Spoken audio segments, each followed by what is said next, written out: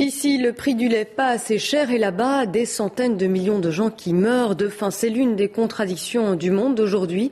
Selon la FAO, l'Organisation de l'ONU pour l'alimentation et l'agriculture, à la fin de cette année, plus d'1 milliard de personnes seront touchées par la faim, soit un être humain sur 6.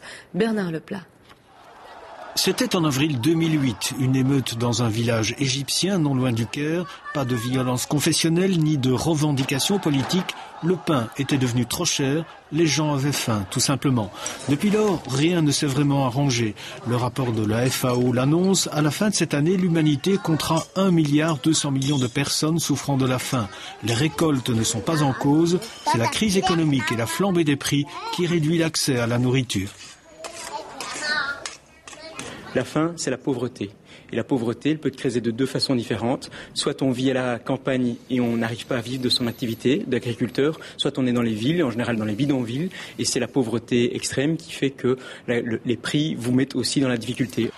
La liberté du marché peut tirer les prix à la baisse ou les pousser brutalement à la hausse. Cette instabilité a des conséquences dramatiques pour les populations les plus fragiles. Ce qu'il faut faire, c'est arriver à développer une agriculture pour que l'essentiel de la base de l'alimentation soit produite localement ou dans la sous-région, pour ne pas dépendre de décisions qui peuvent être très lointaines. Comme si cela ne suffisait pas, la crise économique qui accroît la faim dans le monde réduit aussi le volume des aides fournies par les pays riches. À 3 semaines du sommet du G8, qui rassemblera les 8 pays les plus industrialisés du monde en Italie, il y a là sûrement matière à réflexion.